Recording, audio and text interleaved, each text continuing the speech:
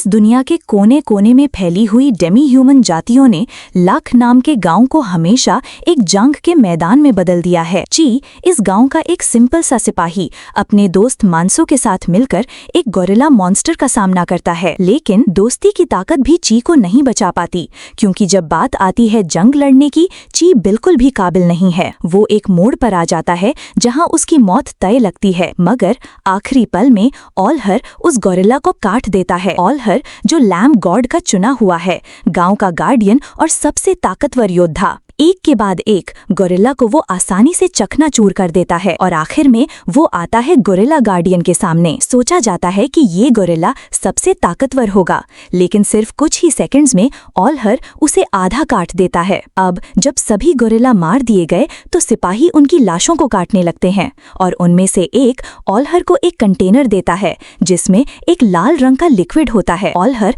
बिना हिचकिचाए उसे पी जाता है और तुरंत उसके शरीर से एक लाल ऑरा निकलने लगती है। ये होता है गॉड स्टोन लिक्विड। कहा जाता है कि इसे पीने से आत्मिक ताकत और फिजिकल स्ट्रेंथ दोनों बढ़ जाते हैं, लेकिन हर किसी को ये पीने की इजाजत नहीं होती। सिपाही सिर्फ एक बूंद ले सकते हैं। ची भी एक बूंद लेता है और तुरंत उसके अंदर एक स्पिरिचुअल एनर्जी जागती है। वो मानसो से पूछता है, क्या मुझे थोड़ा और मिल सकता है? लेकिन जवाब मिलता है, तू सिर्फ एक फुट सोल्जर है, पूरा गॉड स्टोन तो सिर्फ गार्डियन को मिलता है, जैसे ऑलहर। ये सिस्टम बिल्कुल भी इंसाफ नहीं करता। गांव में जीत का जश्न मनाया जा रहा होता है, लेकिन उसमें भी जाति और पद का भेदभाव है।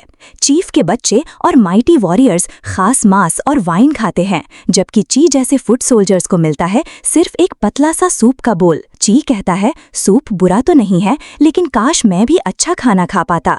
लेकिन ये तब तक नहीं होगा जब तक वो एक लो रैंक सोल्जर है। इसीलिए वो कसम खाता है, मैं स्ट्रांग बनूंगा, मैं रैंक बढ़ाऊंगा। जश्न के बाद ची बाहर जाके ट्रेनिंग शुरू करता है, लेकिन भूखा है, ताकत नहीं है।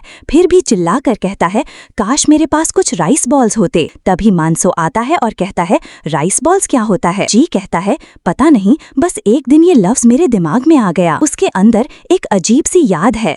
वो उस पहाड़ी की तरफ देखता है जहां शहीद सोल्जर्स को दफन किया जाता है। एक पहाड़ी जहां उन लोगों की कब्रें हैं जिनके परिवार उन्हें याद करते हैं, और दूसरी पहाड़ी जहां उनका कोई नहीं, जो अनाथ होते हैं, जिन्हें मरने के बाद भी कोई याद नहीं करता। ची कहता है, मैं नहीं चाहता कि मेरी कब्र भी उसी अनदेखी पहाड़ी पे हो। मैं जिंदा रहना चाहता हूँ, एक मायने भरी जिंदगी जीना चाहता हूँ। अगली सुबह मानसो और ची प्रैक्टिस कर रहे होते हैं। मानसो इजीली ची को हरा देता है। ची पूरा समय बस डिफेंस कर रहा होता है। मानसो कहता है, अगर तू अटैक नहीं करेगा तो सुधरेगा कैसे? ची अटैक करता है, लेकिन गलती करता है और धड़ से जमीन पे गिरता है। सर पे चोट लगती है और फिर उसके पिछले जन्म की यादें वापस आने लगती हैं। जापान और एक शब्द मैजिक। जब वो होश में आता है तो सोचता है, मैजिक क्या होता है? इस दुनिया में तो मैजिक का कोई कॉन्सेप्ट ही नहीं है।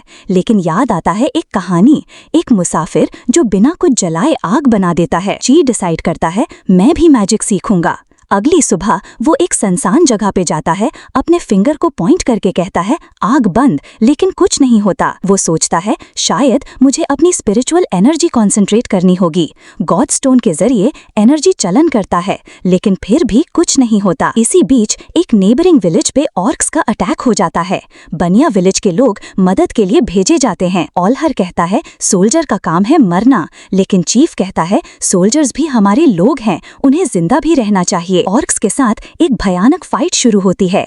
मानसो एक ऑर्क को काट देता है। ची भी मारने दौड़ता है, लेकिन एक ऑर्क उसके ऊपर एक लाश फेंकता है। ची जमीन से चिपक जाता है, उसका पैर चोटिल हो जाता है। ऑर्क उस पे वार करने आता है, तभी एरो बरसात होती है और मानसो उस ऑर्क को मार देता है। मानसो चिल्लाता है, फॉर्मेशन में वापस आ जा, लेकिन ची का पैर टूट चुका होता है। ऑर्क्स अब सोल्जर्स पे भारी पड़ने लगते हैं। स्क्वाड लीडर कहता है, सब भागो, जितने बच सकते हो बच जाओ। ची मानसो से कहता है, तू भाग जा, मुझे छोड़ दे। मानसो मना करता है, लेकिन ची कहते हैं, मैं तुझे रोकना नहीं चाहता। मानसो आंखों में आंसू लेकर कहता है, मैं तेरी कब्र पे हर साल दिया जलाने आया करूंगा। और ये कहकर मानसो भाग जाता है। Would you like part 2 of this story?